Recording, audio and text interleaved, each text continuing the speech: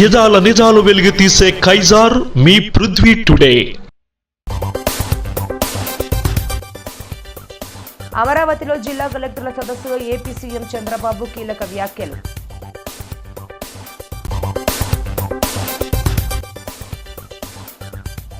కలెక్టర్ల కాన్ఫరెన్స్ లో deputy CM Pawan Kalyan కీలక సూచనలు.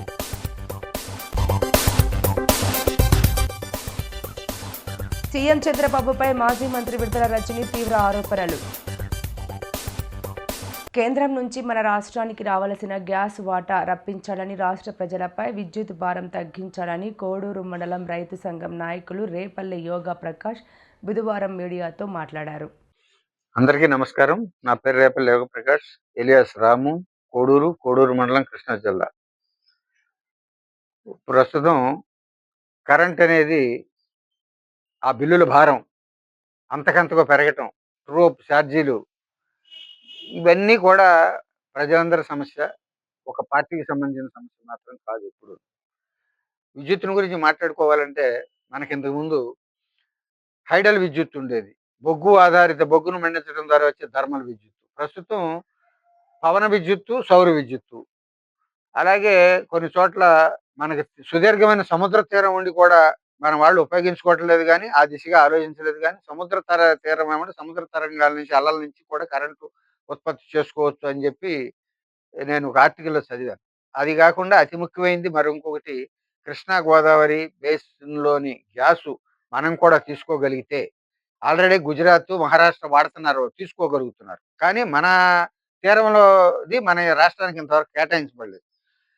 రాజ్యసభలో సిపిఎం రాజ్యసభ సభ్యులిద్దరు, రాజశేఖర రెడ్డి గారు ఉమ్మడి ఆంధ్ర రాష్ట్రానికి ముఖ్యమంత్రిగా ఉన్న సమయంలో మొదటిసారి ఆయన పరిపాలనా కాలం చివరి సంవత్సరంలో ప్రస్తావించారు దీన్ని ప్రశ్నోత్తరాల సమయంలో. రాజశేఖర రెడ్డి గారికి ఈ విషయం నాటుకుంది వాళ్ళిద్దరూ అడిగిన తర్వాత. ఆయన కేంద్రానికి వరుసగా ఉత్తరాలు రాయటం మొదలుపెట్టారు. మాకు కూడా కృష్ణా గోదావరి బేసిన్లో గ్యాస్ కావాలి, దాంతో మేము విద్యుత్ ఉత్పత్తి చేసుకుంటాం, విద్యుత్ భారం ప్రజల మీద పడకుండా చూసుకుంటాం, అలాగే దాన్ని ఆర్టీసీకి ఉపయోగించుకుంటాం, సిఎన్జిగా ఆ గ్యాస్తో బస్సులు నడుపుకుంటాం, ఎరువుల తయారీలో కూడా వాడుకుంటాం. అంతకంటే ముఖ్యంగా గృహిణులకి డొమెస్టిక్ గ్యాస్, వంట గ్యాస్ని తక్కువ రేటుకి 100 రూపాయలకే ఇవ్వడానికి అవకాశం ఉందని ఆయన చెప్పి మాట్లాడారు. అప్పుడు దురదృష్టవశాత్తు ఆయన ఘోర విమాన ప్రమాదంలో దుర్మరణం పాలయ్యారు. ఆ తర్వాత ముఖ్యమంత్రులుగా ఇప్పటి వరకు పనిచేసినటువంటి 5 ఏళ్ళు మాత్రమే పనిచేసిన జగన్మోహన్ రెడ్డి గారు కానీ, సుదీర్ఘమైన అనుభవం ఉండి గొప్ప పరిపాలనా దక్షుడుగా తన గురించి తానే చెప్పుకునే చంద్రబాబు నాయుడు గారు కానీ, కృష్ణా గోదావరి బేసిన్లో గ్యాస్ని మన ఆంధ్ర రాష్ట్రం కూడా తీసుకోవాలి, అది మన హక్కు, దాని నుంచి మనం ఏ రంగాలకి ఎంతవరకు ఉపయోగించుకోవాలి, ముఖ్యంగా కరెంటు, అలాగే డొమెస్టిక్ గ్యాస్, వీటి నిమిత్తం ఉపయోగించుకుని ప్రజల మీద భారాలు తగ్గించవచ్చు అనేది తెలిసిండి కూడా చంద్రబాబు నాయుడు గారు కూడా ఇటువంటి దానికి పూనుకోవాలి. అమరావతిలో జిల్లా కలెక్టర్ల సదస్సులో ఏపీ సీఎం చంద్రబాబు కీలక వ్యాఖ్యలు చేశారు. అనుకున్న సమయానికి లక్ష్యాలు నెరవేరేలా కృషి చేయాలని సూచించారు. ఫిర్యాదులు, కోర్టు కేసులను అధిగమించి కానిస్టేబుల్ ఉద్యోగాలు ఇచ్చామని, డిఎస్సి విషయంలోనూ గందరగోళం సృష్టించారని తెలిపారు. బాధ్యత కలిగిన ప్రభుత్వం అధికారులను దుర్వినియోగం చేయకుండా సద్వినియోగం చేసుకోవాలని ఆయన పేర్కొన్నారు. IoT డివైసెస్ పెట్టాం, అరౌండ్ 42 పారామీటర్స్. మీకు డేటా కావాలంటే రియల్ టైం మీ కంప్యూటర్లో ఉంది. దీనికి ఆర్టిఫిషియల్ ఇంటెలిజెన్స్ తీసుకొచ్చాం. మీరు ఏదైనా డెసిషన్ మేకింగ్ కావాలంటే రియల్ టైం మీ జిల్లాకు సంబంధించింది, మీ గ్రామానికి సంబంధించింది, ఒక సమస్యకు సంబంధించింది మీరు తీసుకునే పరిస్థితి తీసుకొస్తున్నాం. నేను చాలాసార్లు మీ అందరికీ చెప్పాను, we are an inspiring time. Hard work కాదు, స్మార్ట్ వర్క్ చేస్తే ఏదైనా సాధ్యం. అది మనం చేసుకుంటా పోతే ఈజీ అవుతుందని చెప్పాను. ఇన్ కోర్స్ ఆఫ్ టైం మీరే చూస్తారు. ఇక్కడికి వచ్చినప్పుడు ఇంకొక సబ్జెక్ట్, మనం centrally sponsored schemes. Almost all centrally sponsored schemes అని డిఫెక్ట్ అయిపోయినాయి. ఇప్పుడు అన్నీ మళ్ళీ నేను ఢిల్లీకి పోయి మాకు హెల్ప్ చేయమని కూటమి ప్రభుత్వాలు అడిగితే, వాళ్ళు నాకు ఫస్ట్ నేను ఒక విష్ లిస్ట్ ఇస్తే వాళ్ళు కౌంటర్ విష్ లిస్ట్ ఇచ్చి, ముందు మీ దగ్గర అకౌంట్స్ అన్ని సరిగా లేవు, మీకు డబ్బులు ఇచ్చాం, దానికి మీరు లెక్కలు చెప్పలేదు, ముందు ఆ లెక్కలు చెప్పండి తర్వాత మాట్లాడమంటే మళ్ళీ వచ్చి అవన్నీ క్లియర్ చేసి డబ్బులు లేవు, క్లియర్ చేశాం, ఫేజ్డ్ మేనర్గా చేసుకొని ఇప్పటికీ రైలు ఎక్కించాం. అయితే ఇక్కడ మీరు చేయాల్సింది సెంట్రల్లీ స్పాన్సర్ స్కీమ్స్ అని మ్యాక్సిమం ఉపయోగించుకోవాలి. ఒక్కొక్క స్కీమ్ ఒక్కొక్క వేరియేషన్ ఉంటుంది, మీకు కొన్ని అవసరాలు ఉంటాయి, కానీ అవసరాల కంటే ఆ డబ్బుల్ని ఉపయోగించుకొని మన ఇన్ఫ్రాస్ట్రక్చర్ కానీ మనకి ఏ విధంగా అభివృద్ధికి ఉపయోగపడతాయో దాన్ని వర్కౌట్ చేయాల్సిన అవసరం, దానికోసం ఇది పెట్టాం. Investment proposals. నేను ఎప్పుడు కూడా మీకు ఒక మాట చెప్పాను, ఈ ప్రభుత్వం మొట్టమొదటి సంక్షేమం. మేము ఎన్నికల్లో చాలా స్పష్టంగా హామీ ఇచ్చాం, సూపర్ 6 అమలు చేస్తామని. ఈరోజు మీరు ఒకసారి చూస్తే రెట్రాస్పెక్ట్ ఎఫెక్టివ్గా పెన్షన్లు ఇచ్చాం. 4,000, 6,000, 10,000, 15,000. అక్కడి నుంచి ప్రతి నెల మొదటి తారీఖున ఇస్తున్నాం. పేదల సేవలో మన అందరం పోయి కూడా మళ్ళీ ఇస్తున్నాం, అంటే రీఎన్ఫోర్స్ చేయడానికి మళ్ళీ చేస్తున్నాం. ఒకప్పుడు జీతాలు కానీ ఉద్యోగస్తులకు పెన్షన్లు కానీ ఇవ్వలేని పరిస్థితి ఉంటే ఈరోజు అవి రెండు కూడా రెగ్యులేట్ చేసి మొదటి తారీఖున అవసరమైతే ఆ రోజు హాలిడే అయితే 1 డే ఇన్ అడ్వాన్స్ ఇస్తున్నాం. రెండో ప్రోగ్రాం మీరు చూస్తే తల్లికి వందనం. దాన్ని కూడా అందరికీ, 2 పిల్లలుంటే 2 పిల్లలకి, అందరికి 3 ఉంటే కొంతమంది 6 మంది 7 మంది వచ్చిన కూడా ఉన్నారు. భవిష్యత్తులో నాకు అనిపించింది వాళ్ళే ఈ దేశ భక్తులుగా తయారవుతారు, ఎందుకంటే పాపులేషన్ తగ్గిపోతూ ఉంది. ఇప్పుడు మామూలుగా మనం పాపులేషన్ మేనేజ్మెంట్ మాట్లాడుతున్నాం, ఎక్కువ మంది మినిమం 3 children 2 children మాట్లాడుతున్నాం, దానికి ఇది ఉపయోగపడే పరిస్థితి వస్తుంది.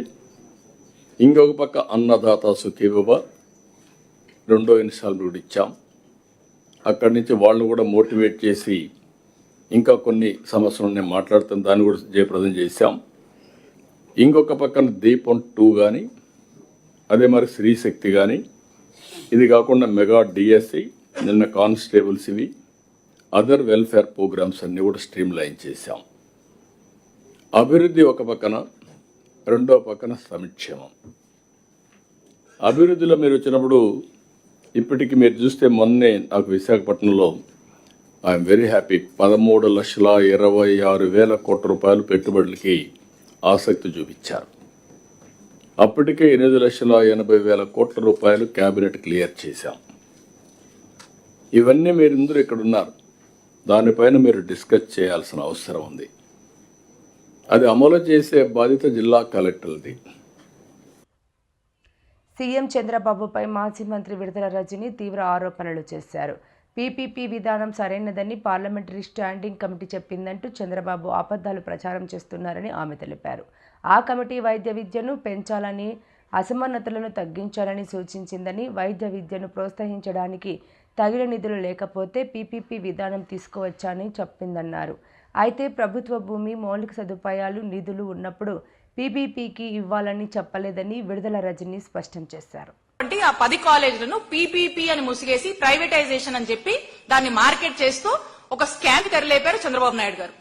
ఈ ఫీజు కొంత ఈ ప్రైవేట్ కాలేజ్ లో పిల్లలు చదువుకోవడానికి, మెడికల్ ఎడ్యుకేషన్ చదవడానికి చాలా ఎక్కువగా ఉంటుంది, 60 లక్షల నుంచి ₹1 కోటి వరకు, లేదా ఇంకెక్కువ ఉన్నా ఆశ్చర్యం లేదు. కానీ ఈ గవర్నమెంట్ వచ్చేసరికి ఏదైతే ప్రతి స్టేట్ కి వాళ్ళ దగ్గ ఫీజు వాళ్ళకు ఉంటుంది.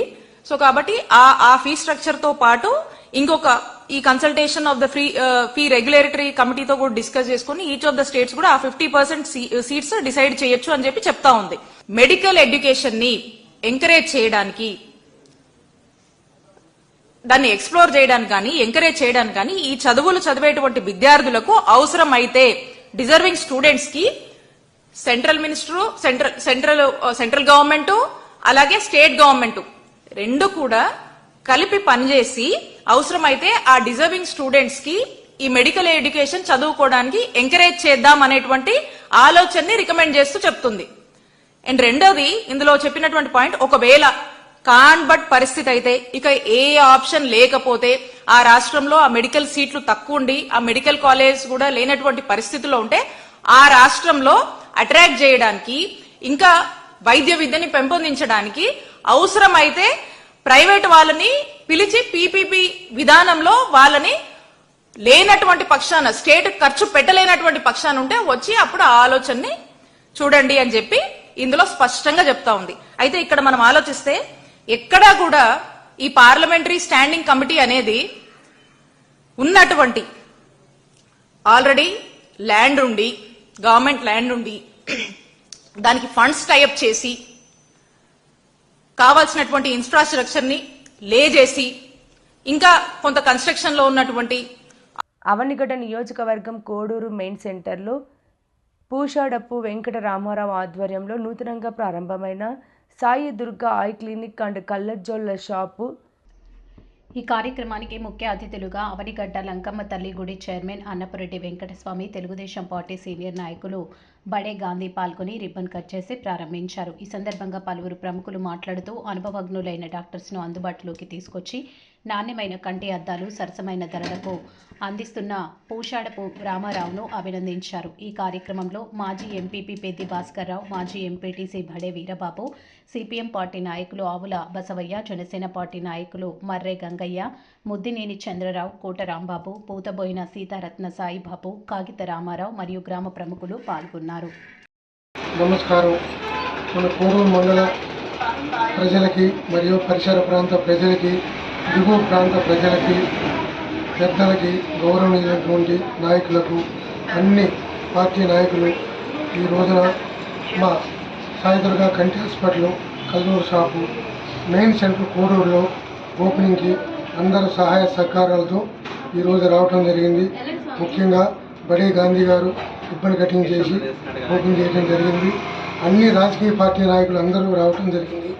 అదేవిధంగా మీ అందరి సహాయ సహకారాలతో మా యొక్క కంటి హాస్పిటల్ మరియు కల్లూరు షాపు మీరు జయప్రదం చేస్తారని చెప్పేసి, మీ కంటికి సమస్య ఏమైనా సరే, నీటి కాసులు కానీ, సుక్కలాలు కానీ, కంటికి పొరలు కానీ, మీకు కంటి తలనొప్పి కానీ, వాడినొప్పి, మెడజీవం, ఎటువంటి సమస్య ఉన్నా మేము వెంటనే పరిష్కరించి దానికి తగు వైద్య సేవలు అందించి మీ యొక్క సహాయ సహకారాలతో మేము ఎల్లప్పుడూ ప్రతిరోజు ఉదయం 9 గంటల నుంచి సాయంత్రం 7:30 వరకు కంటి హాస్పిటల్ ఉంటామని చెప్పేసి కోడూరు ప్రజా అందరికీ నమస్కారం. పెన్షనర్ల ఆకాంక్షలు కూటమి ప్రభుత్వం నెరవేరుస్తుందన్నదని నియోజకవర్గం యువ నాయకులు మండలి వెంకట్రావు అన్నారు. బుధవారం అవనిగడ్డలోని పెన్షనర్ల కార్యాలయంలో పెన్షనర్స్ దినోత్సవం ఘనంగా నిర్వహించారు. పెన్షనర్ల సాధకుడు డిఎస్ నకారా చిత్రపటానికి పూలమాలలు వేసి నివాళులు అర్పించారు. ఈ సందర్భంగా వెంకట్రావు మాట్లాడుతూ పెన్షనర్ల అసోసియేషన్ పెద్దలు పెన్షనర్లకు అందిస్తున్న సేవలు అభినందనీయమని, పెన్షనర్ల కోరికలను కూటమి ప్రభుత్వం సానుకూలంగా పరిష్కారం చేస్తుందన్నారు. ఈ సందర్భంగా అసోసియేషన్ అధ్యక్షులు ఎం రామకృష్ణ, కార్యదర్శి అబ్దుల్ అజీజ్ ఆధ్వర్యంలో వెంకట్రామ్ పెన్షనర్లను ఘనంగా సత్కరించారు. ఈ కార్యక్రమంలో tahsildar Naga Malleswararao, CI Yuvakumar, state bank BM Naresh Chand, association పెద్దలు పాల్గొన్నారు.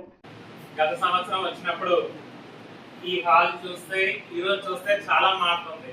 చాలా ఇందులో కూడా రాయటం జరిగింది. ఆ వివరాలన్నీ కూడా దాతలు, అదే విధంగా ఎవరైతే కొంతమంది పెన్షనర్స్ కూడా వాళ్ళు ఇచ్చి దీనంతటి కూడా బాగు చేసుకునే పరిస్థితి ఈరోజు మీకు చేసినందుకు అందరికీ కూడా కృతజ్ఞతలు తెలియజేస్తున్నా, ధన్యవాదాలు తెలియజేస్తున్నా. అదేవిధంగా ఈ నడుస్తున్నాను ఈ కమిటీ వాళ్ళని కూడా నేను అభినందించదలుచుకున్నాను ఈ రోజు, అధ్యక్షులు కానీ, అటు సెక్రటరీ గారు కానీ, వీళ్ళు కూడా. ఎందుకంటే ఈ పెన్షనర్స్ కి ఎక్కడ ఏ సమస్య ఉన్నా కూడా వారు నిరంతరం కూడా వాళ్ళ తరఫున అటు ఏ డిపార్ట్మెంట్ తో ఉన్నప్పటికీ కూడా, ఎందుకంటే ఈ రోజు ఇక్కడ వాళ్ళు తెలిసిన అతిథుల్ని బట్టి అర్థమైపోతుంది. ఒక పక్కన సిఐ గారిని పిలిచి జరుగుతున్నటువంటి సైబర్ క్రైమ్ల గురించి, వాటి గురించి అవన్నీ కూడా, ఎందుకంటే చాలా పెరిగిపోయినాయి ఈ రోజు. సైబర్ క్రైమ్ టెక్నాలజీ పెరిగాక మరీ ఎక్కువైపోయింది. ఈ రోజున ఎవరికి గూగుల్ పే చేయాలన్నా భయం వేస్తున్న పరిస్థితి, అది ఎక్కడ ఇదైపోతుందో అని. అటువంటి పరిస్థితి ఉంది. పైగా ఈ మధ్య చెప్తూ ఉన్నారు, రిటైర్ అయిపోతున్నారు అన్న 2-3 నెలలు చాలా జాగ్రత్తగా ఉండాల్సిన పరిస్థితి వస్తుంది. ఎప్పుడు ఏ ఓటీపీ అడుగుతారు, ఆ రిటైర్ అయిపోయిన వెంటనే అది అకౌంట్లు కూడా హ్యాక్ చేసే పరిస్థితులు వచ్చిందని చెప్పి చెప్తుంటే చాలా భయాందోళనగా ఉంది. సిఐటియు 18వ అఖిల భారత మహాసభలు జయప్రదం చేయండి. జనవరి 4వ తేదీ చలో విశాఖ కార్మికుల ఇంటి వద్ద జెండా ఆవిష్కరణ.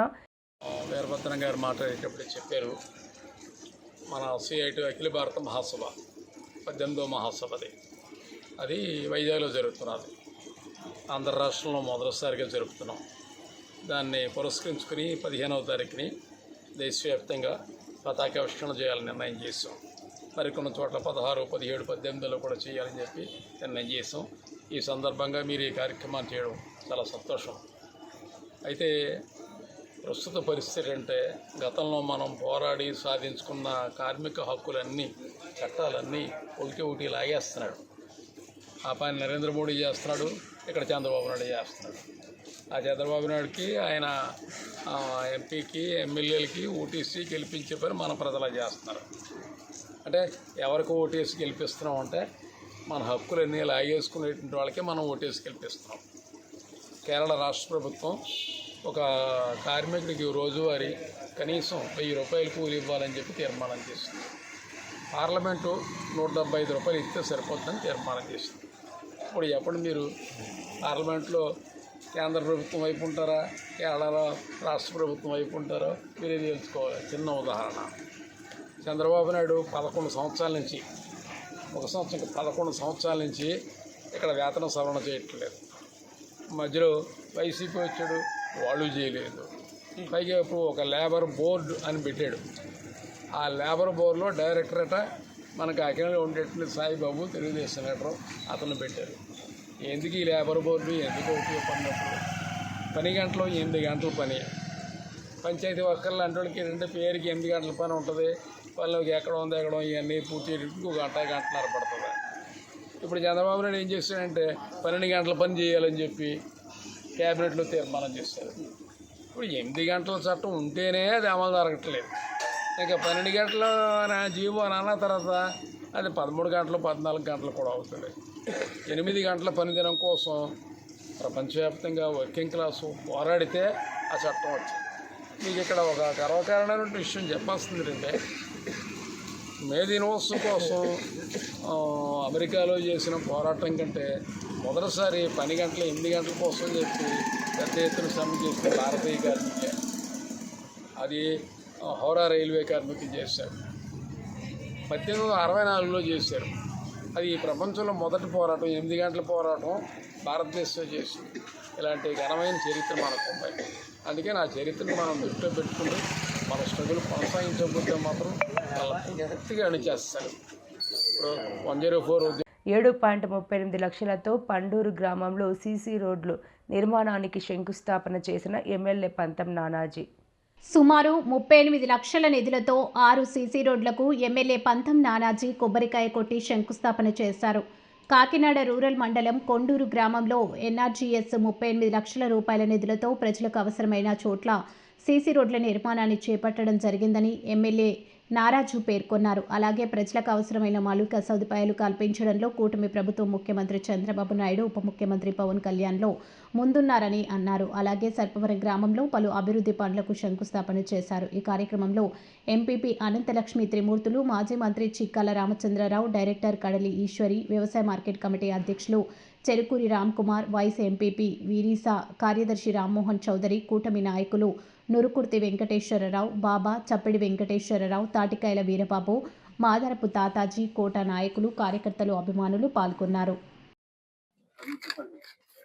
పండూరు ఊరిలో ఈ సంవత్సరం నరకాలలో రోడ్లకు ప్రత్యేకంగా జలజీవన్ మిషన్ వాటర్కి కాకుండా రోడ్లకు ప్రత్యేకంగా 74,65,000 రూపాయలు ఒకటి, 2,30,00,000 రూపాయలు ఒకటి శాంక్షన్ చేయడం జరిగింది. అందులో 36,00,000 పనులు పూర్తయ్యాయి. 35,40,000 పళ్ళు కొబ్బరికాయ కొట్టడం జరిగింది. అలాగే ఇది 2,30,00,000 టెండర్ కూడా అయిపోయింది. టెండర్ అయిపోయి పండూరు జంక్షన్ నుంచి మీకు ఊరి మీదుగా కొత్తపల్లి జంక్షన్ దాకా కొత్తపల్లి జంక్షన్ దాకా వెళ్తుంది. అట్లాగే ఒక ప్రతిపాదన పెట్టాం, గోకులం పెట్టడానికి 50 లక్షల గోకులం శాంక్షన్ అయ్యి రాబోతా ఉంది. ఇక్కడ గోకులం ఒకటి పెట్టబోతా ఉన్నాం. అలాగే పండూరు పెద్ద చెరువుకి ఎన్ఆర్జీఎస్ ద్వారా 60 లక్షల రూపాయలు నిధులు వస్తూ ఉంటే దాని మీద ఒక ఆలోచన చేసాం. ఎంతసేపు పండూరు జనం కాకినాడ వెళ్ళి సినిమా చూడటమా, ఎగ్జిబిషన్ చూడటమా, అవి కన్నా పండూరు వాళ్ళు కాకినాడ జనం పండూరు రావాలని ఒక ఆలోచన చేసాం.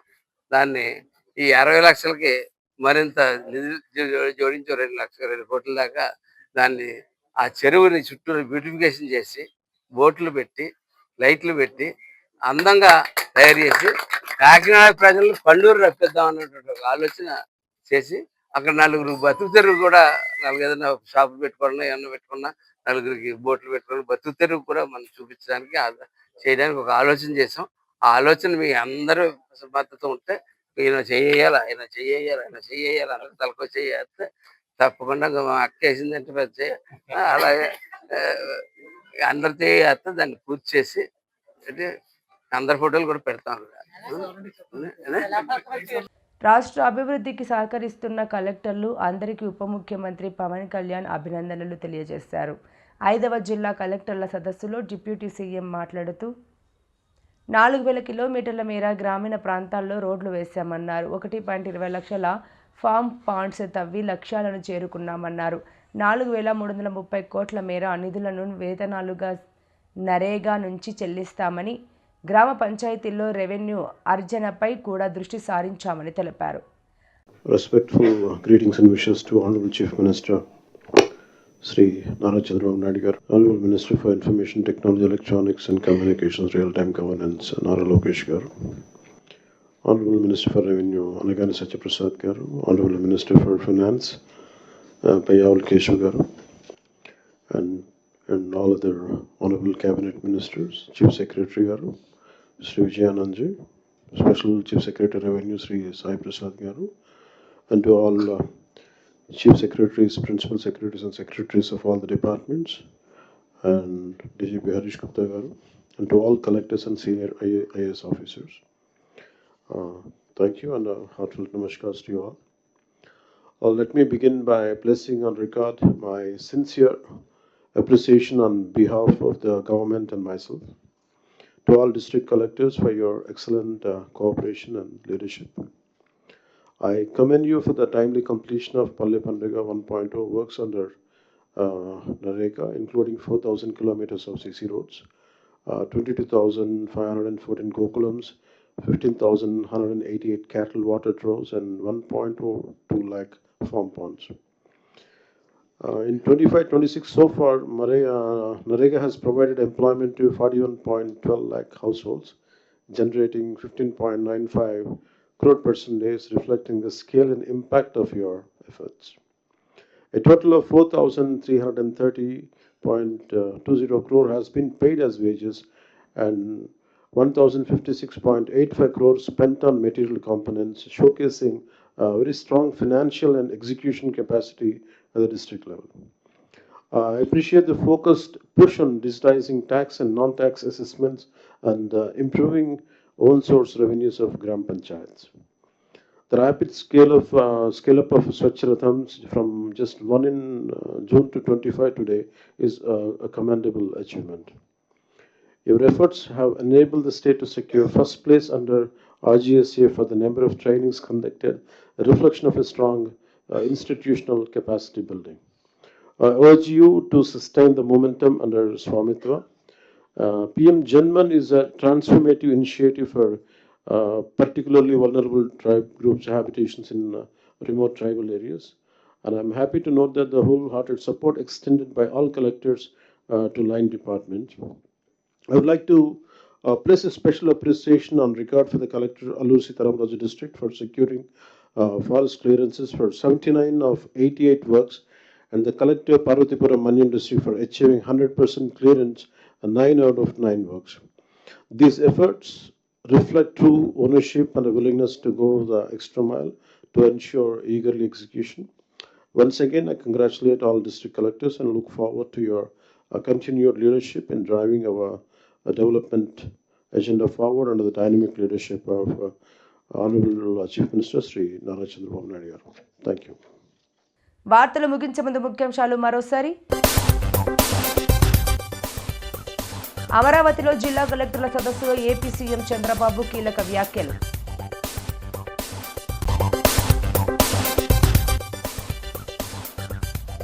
కలెక్టర్ల కాన్ఫరెన్స్లో డిప్యూటీ సీఎం పవన్ కళ్యాణ్ కీలక సూచనలు.